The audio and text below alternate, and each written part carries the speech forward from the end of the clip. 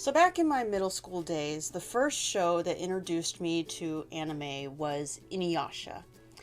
And ever since then, of course, I've been a big fan. The first character that I was introduced to from the show was, in fact, Sesshomaru. And I basically saw a full-blown, I think it was like a picture probably printed out in my friend's binder. And I looked down and I saw it and I went, so who's she? Don't blame me, you guys. I learned real quick at that point that some male anime characters basically look a little feminine. So I learned my lesson real quick. And boy, did my friends get a good laugh. Alright guys, so this video is going to be a little different. Basically, I have been kind of on a hiatus right now for anime stuff because there really isn't much out there. I mean, don't get me wrong, I am very far behind with season 4 of Attack on Titans. Haven't even started it yet, but eventually I will. But like I said, there is kind of like a sort of hiatus. I mean, am I wrong? Like, it seems like we're all kind of waiting until next month when all the shows, at least the new shows, begin. I kind of got reminiscing on my old days and thinking about the shows that kind of first brought me into anime and things like that, like Inuyasha. And I was kind of going through like YouTube videos, going through some recommended ones like top 5, top 10, whatever. And I noticed that most of these shows are recommended ones that are like of recent or upcoming shows that they would recommend. And you know, there's some shows out there that I feel like just need a little bit of love. I came up with this like odd number of shows, literally 4. I couldn't think of a 5th one. I was really tired. Also, I just finished this 4-page proposal paper for my school project for this semester. And I literally just blanked. So I have my top 4 recommended shows that I feel just need a little extra love, maybe have been forgotten, or maybe you've never heard of. You may have heard of these shows, I'm not sure, but I just wanted to do this for fun. So without further ado, let's get into this video. Blood Plus. Blood Plus was a show that aired in 2005, so I was young. Just thinking about this also just makes me think about how old I am. But anyways, Blood Plus was a show that aired back in 2005 that was inspired by the film in 2000, Blood, the Last Vampire. I kind of found this really interesting and didn't even realize it back then, but Blood Plus doesn't actually have like a manga series. This was probably one of the films that literally just got inspired by that film and became its own series and kind of, I guess, inspired other films. I think there's like one film or series called Blood Sea. But, you know, like I said, this was one of the top shows that I felt really doesn't get a lot of love, or not a lot of people knew about it. I rarely ever hear or see people talk about this show, and it's a brilliant show. It really is. I'm going to give you like the premise of what this show is kind of about to the best of my abilities because, for one, it's been so long since I've seen this series. But when I was doing kind of my research to kind of remind me about this show, I was thinking about those moments of coming home late at night. It's probably 8, 9 o'clock at night, watching Adult Swim and waiting for this show to appear on TV. Yeah, back in those days. It's unique. It's very unique. Basically, Blood Plus is a show that follows the story of a young girl named Saya. Episode 1 basically begins during the Vietnam War, and they find this young girl just going on a rampage. Long black hair, red glowing eyes, and these weird kind of looking monsters. Fast forward to the present day, we see Saya, who has been adopted by a war veteran by the name of George, and he has 2 sons, Kai and Riku. Now, I just want to point out first off that family means big time with this series. It's actually kind of like the staple of this series. It's very unique for Saya because she is kind of like the outcast in this family and a kind of little bit of the outcast in the world. She's trying to find her place throughout this whole series. She's trying to figure out what road she needs to go down for her life and what she should choose and how she should do it and also kind of saving the world against these monsters that come and attack, and she's also trying to figure out just her past as well. She's very alone and very just doesn't have anybody except the family that took her in. And I think this is probably the reason why this show connected with me so much, was because I was that young girl trying to find my way in the world, trying to make a group for myself in the world, and figuring out high school, middle school. I mean, you get it. So this series really kind of connects to you, and it really kind of like inspires you almost. I mean, really, if you take episode 1, Saya, and go towards the end of the series, Saya, there's a huge character development for her. She figures out her life on her own with the help of her family. There's a really big saying throughout this entire film that I feel like is the staple, the quote of this series. Her father is the one that introduces it to her, and it's a literal saying called Nankuru Naisa. And it's basically saying, live for today, look forward to tomorrow. And that's literally, I feel like, the greatest like example of this series. That's what it is. It's got action, it's got monsters, it's got love, it's got family. You're figuring out your path in your life and your purpose. It's really a great series. And for 2005, brilliant. I really can't recommend this show enough. It's one of those series where you look back on it and you go, damn, that was a really good series. But here's the thing, guys. When I came to researching for this show, it was very hard to find where to watch it. Like I said, I feel like it is one of those shows that was kind of long forgotten, or maybe just didn't get that much hype. I feel like it did at the time that it was out. I don't know. Maybe you guys can agree, disagree, I don't know. But if you guys do want to watch it, you can try to piece it together on YouTube. You would probably find it better luck looking for it on the internet somewhere.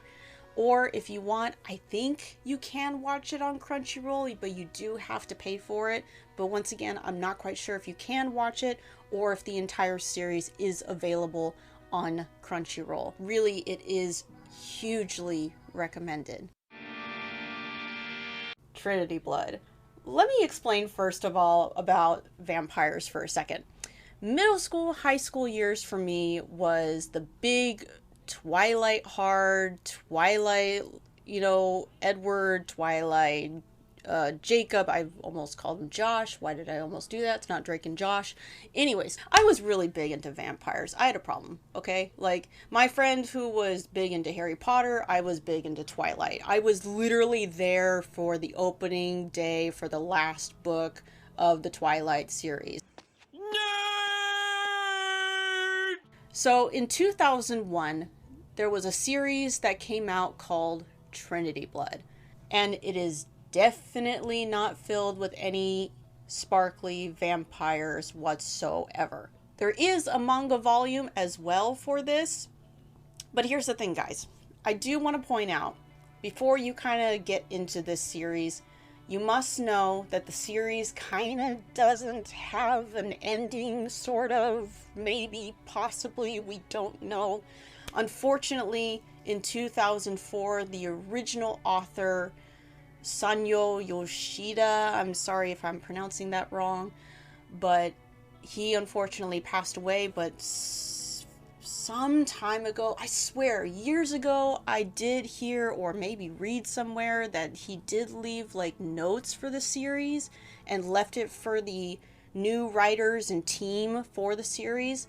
But it literally was just notes. It was kind of like his idea of where he wanted the series to go. So I have no idea if the series is going to be continued. I do keep up with the manga, which I recommend. It is a little different from the series, and sometimes there's new chapters that come up for the manga, but like I said, there isn't really no end in sight. With that in mind, I don't want to have you hear this and turn you away from the series, because yes, there is a season 1, and it kind of leaves you with a horrible cliffhanger. Believe me, this was years ago, guys. So this is me in high school watching the series and going, holy season 1 was amazing. and you're wanting a season 2. So after years of kind of like accepting that there might not be a season 2, I kind of just came to the realization and acceptance of season 1 being the ending for this series, and just going, you know what, it's fine, it's fine, it's fine, it's fine, it's fine, it's fine. I don't know. So I'm going to describe Trinity Blood a little bit differently than these other 3 shows that I have for you on this list. Basically, I'm going to give you the synopsis of episode 1. Believe me, guys, it's good. Abel Night Road, or Father Abel Night Road, if you want to be meticulous about this. But anyways, he meets this young girl named Jessica, who's learning to become a pilot of this big ship that they are on.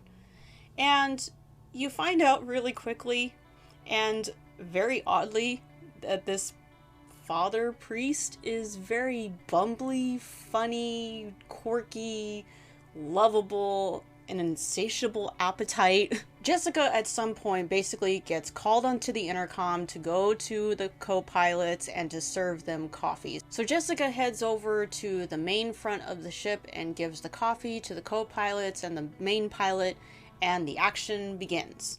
Literally, right out of nowhere, a vampire comes in and kills all the pilots and the co-pilots and takes over the ship. Jessica is rescued by Father Night Road in a very clumsy but smart kind of like Gaster effect. Yeah, it works. So they get away.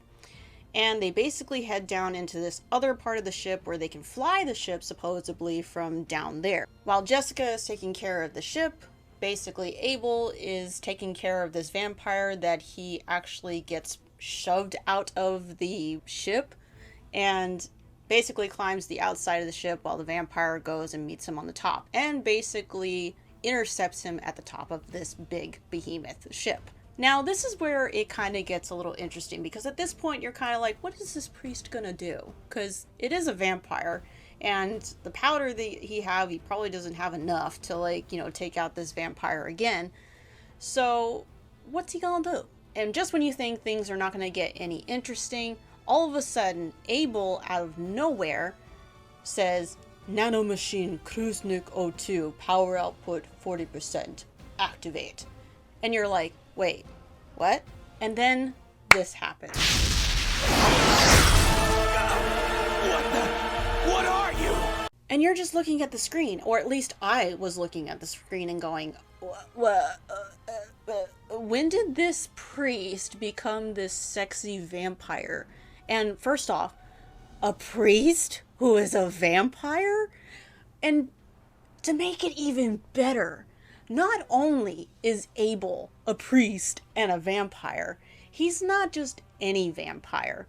He is a vampire that is called a Kruznik. A Kruznik is basically a vampire that feeds on the blood of other vampires. Y'all, the food chain just got bigger.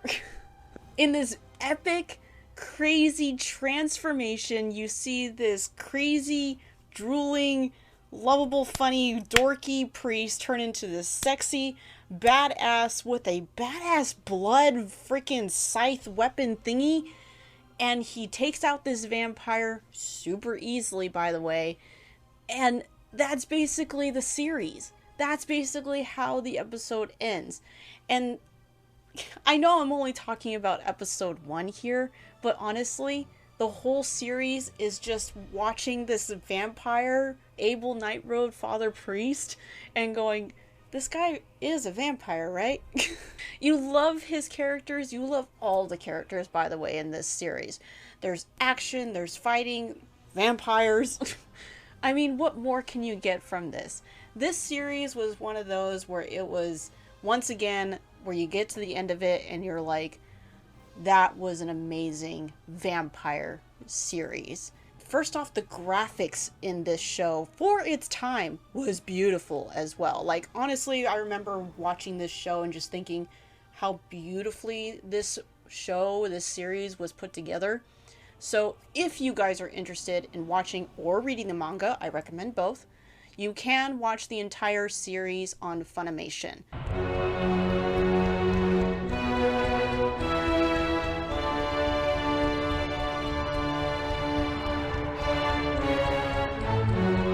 Vampire Hunter D, and Vampire Hunter D Bloodlust. Now, I didn't find out until way later because I got introduced through Vampire Hunter D through the film that came out in 2000, Vampire Hunter D Bloodlust. This series actually does have a novel. It's not exactly called a manga, it's called a novel. And in 1983 is when this original novel came out. So yes, this is probably going to be one of the oldest things I'm going to be talking about, but trust me, it is worth it. In 1985, based off of the novel, and actually very well, because if you read the novel and then watch the 1985 series or movie, I think it's a movie, it does actually follow the novel really, really well. Vampire Hunter D 1985 series. This series basically starts off with a woman by the name. The series basically begins with a woman by the name of Doris Lang. She is a descendant of a very well-known monster hunter, basically. And she gets bit by a vampire known as Count Magnus Lee, I believe. So Doris basically searches for this excellent, well-known vampire hunter known literally by the letter D. D, as we come to find out within the series, is known as a Dunpeel. He is half human, half vampire. What's interesting about this complete series and the movie for the 2000 and 1985 series is, yes, this series, movie, novel was basically for male readers, male viewers. And this is actually the one of the characters that doesn't have a kind of relationship with any like female or partner. It kind of just dawned on me the other day while I was researching this and realizing that he doesn't have any kind of like love relationship with anyone. I mean, it's kind of hinted in the original, but definitely not in like the 2000. It is a good series, and like I said, it follows the novel very well. So if you read the novel and then watch the 1985 series, it will do it justice. Now, the 2000 film, Vampire Hunter D, it kind of, like I said, is a skeletal structure of the original series, but not quite exactly.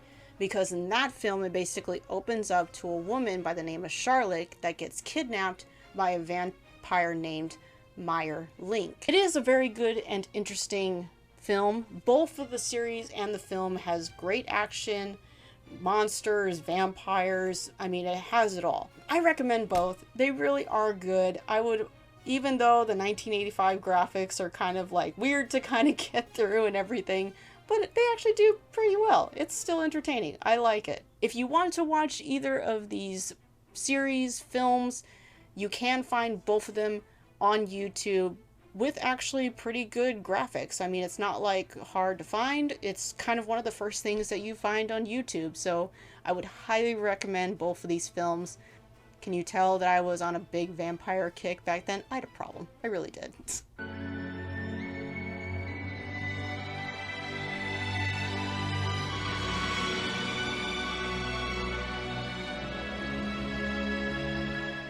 Hakawoki? Oh no, I think it's Hakawoki. Hakawoki was a film that, once again, was being constantly recommended to me on YouTube. And finally, I just caved in and I said, okay, I'll watch it. But it was a little confusing. There was many different titles to this, many different versions of this, and I was kind of confused as to what's part one. Is this a series? Is this a movie? And I'm glad I actually did the research for this particular series because I had no idea that this whole series slash movie were based off of a Yotome game series, basically. I'm just not sure if I'm saying that right. I'm so sorry. Was a game series that eventually inspired a two-part series that eventually got remade into a two-part movie. So if you want to watch the series or the movies, I would highly recommend both because there is a little bit of a difference. There's a little bit more extra like episodes, I guess. The one I'm kind of like mainly recommending for this is kind of like a condensed version of the series and put into these two parts. So basically 2 hours worth maybe of like content, maybe a little bit more.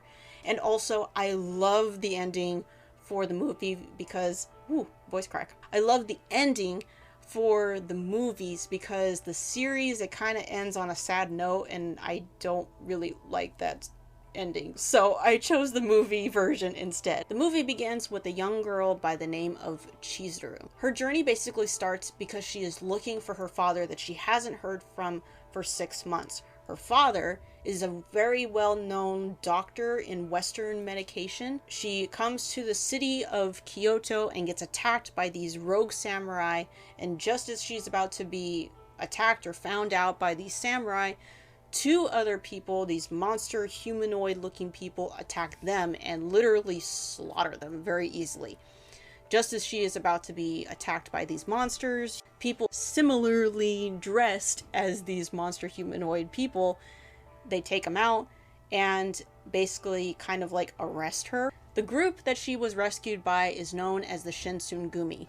They literally describe themselves as kind of like fake samurais. So they're not samurais, they're not officers, they don't even work as officers. They're just kind of like the protectors of this city. So the Shinsengumi are basically this group of samurai, and each of these characters, even though there's kind of like a good handful of these characters, you fall in love with each of these characters. Mind you, don't forget that this whole series was based off of a game. And I can really see why... Shush. I can really see why this series was based off of the game, and you can kind of tell it's kind of like cutscenes of a game put into a film, because the graphics are very like game-like, cutscene-like series. Go away! Yay! Bye, Mr. Noisy Car! The graphics for this particular series is super well done. I appreciated it because it's not only beautiful, but it's unique, especially at nighttime. They have kind of these like neon colors that come through for the series, and it really kind of brings in a good attention to detail for certain things and colors that they bring out. I mean, I don't know, just the graphics alone for these 2-part movies was very well done. But throughout the series, basically the Shinsengumi helps Chizuru find her father, because her father, Kondon or Kodo or something like that, he, like I said, was very well known for Western medicine. And he told the Shinsengumi, I have this little vial, this water of life, I believe is what they called it. And it was supposed to like enhance them, basically. But what they didn't know is that the vial basically had this like reverse effect on them. Like it did make them stronger, but eventually it does kill them. And these monsters that they are turned into are called Fury. Apparently, Chizuru is actually not human. She's actually what is called a demon. And her father was trying to like create more demons, I guess, but they were like failed experiments, basically.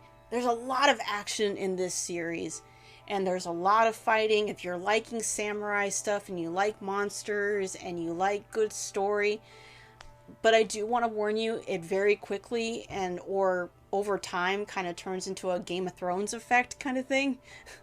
So don't get attached to too many characters. I'm sorry if that actually spoils a little too much for you, but it kind of quickly turns into like a Game of Thrones kind of thing. So warning. Anyways, if you guys do want to watch this 2-part movie series, you can find it on YouTube, or you possibly could find it on Crunchyroll. I believe it's available, but again, it's not for free. And I don't even know if the entire series is on there. So part 1 is Hakawoki, Hakawoki Wild Dance of Kyoto, and the part 2 film, which came out in 2014, is Hakawoki Spirit of the Blue Sky.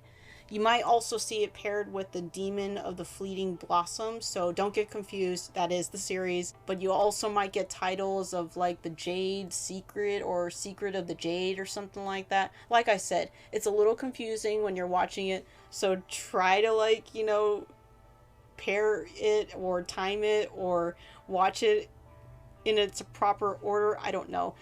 But if you also are interested in playing the game, I haven't played the game. I didn't even know there was, like I said, it was based off a game until way later. So that's the thing. Okay, so that's basically my top 4 recommended old shows that you should get to know and love because they're amazing. If you need something to watch, this is basically me telling you, here's some things to watch. Go watch it, go binge. April is coming. There's things coming up that I'm wanting to watch. Again, like I said, I'm very behind on Attack on Titans. I need to watch season 4. We got Fruits Basket, the final season, coming out pretty soon. And I might even add some gaming in the future. I have sort of gaming ideas in the future, but again, I feel like the gaming community is also kind of like on a hiatus. The big games, at least that we're waiting for, aren't out quite yet. So big things are coming, guys. I'm really looking forward to it. I'm really excited. Yeah, with that being said, thank you so much for watching. If you guys have any recommendations for shows you want to watch, or maybe this brought back memories for you, what were your first shows that introduced you to anime? I want to know. Like, comment down below, subscribe for more geeky content. With that being said, thank you so much for watching. Don't forget who loves you.